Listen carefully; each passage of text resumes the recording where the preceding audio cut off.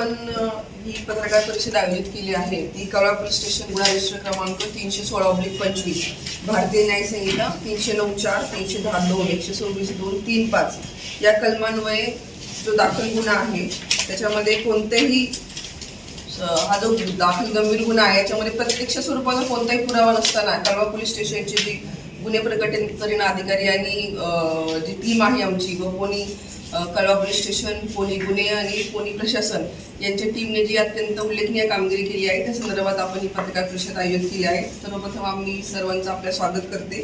तर या गुन्ह्याची थोडक्यात हकीकत अशी आहे की दिनांक 12 एप्रिल 2025 रोजी सकाळी 10:10 सुमारास फिर्यादी श्री रियाज इब्राहिम पठाण वय 51 वर्ष, व्यवसाय फळ विक्रेता, मिल्लतनगर, भिवंडी, हे भिवंडी येथून एपीएमसी वाशी मार्केट येथे जात असताना रिक्षाने जात असताना खारेगाव टोल नाक्याजवळ मुंब्र्याच्या दिशेने जाणाऱ्या रोडवर एमसी प्लांट कळवा या ठिकाणी आला असता 4 अज्ञात इसमांनी 2 मोटरसायकलवरती त्यांचा पाठलाग केला आणि निर्जन रस्त्यावरती त्यांना गाठून चाकू आणि रिव्हॉल्वरचा धाक दाखवून त्यांच्याकडे जे 13 लाख रुपये रोख रक्कम होती हे दरोडा टाकून त्यांनी चोरी केलेली आहे।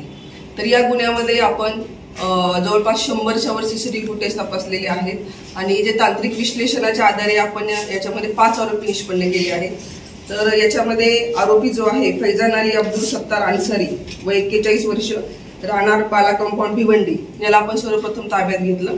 त्याच्याकडे विचारपूस केली असता त्यांनी असं सांगितलं की तो स्वतः आरोपी आणि त्याच्यासोबत 4 साथीदार यांनी संगनमत करून हा सर्व प्लॅन तयार केला आणि फिर्यादी याला त्यांनी त्याच्याकडे चोरी केलेला आहे।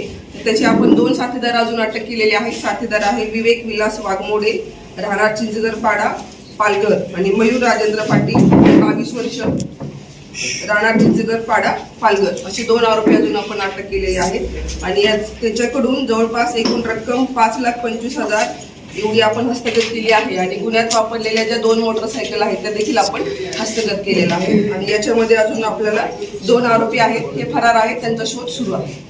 मॅडम, काय नेमका उद्देश होता ह्या चोरी मागचा आणि जे आरोपी अटक केलेले आहेत काय नेमका त्यांचा बॅकग्राऊंड आहे?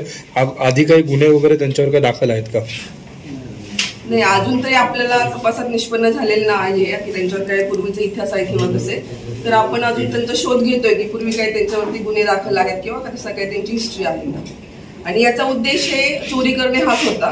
त्यांनी जी रिव्हॉल्वर आपल्याला फिर्यादीने सांगितले की रिव्हॉल्वरचा धाक दाखवलेला आहे, परंतु जेव्हा आपण आरोपी अटक केले तेव्हा आपण बघितलं असता त्यांनी जी आहे ती टॉय गन वापरलेली आहे। ती फक्त फिर्यादीला धाक दाखवण्याच्या उद्देशानेच त्यांनी ती वापरलेली आहे आणि आपण जो सर्व मुद्देमाल आहे आणि त्याच्याकडचे मोटरसायकल, मोबाईल, चाकू आणि त्यांनी वापरलेली गन हे सर्व आपण आरोपींकडून हस्तगत केलेलं आहे। सर मॅम, त्यांना अरेस्ट केल्यावर त्यांना किती दिवसाची पीसी वगैरे भेटलेली आहे? ते 20 पर्यंत पीसी, उद्यापर्यंत त्यांची पीसी आहे।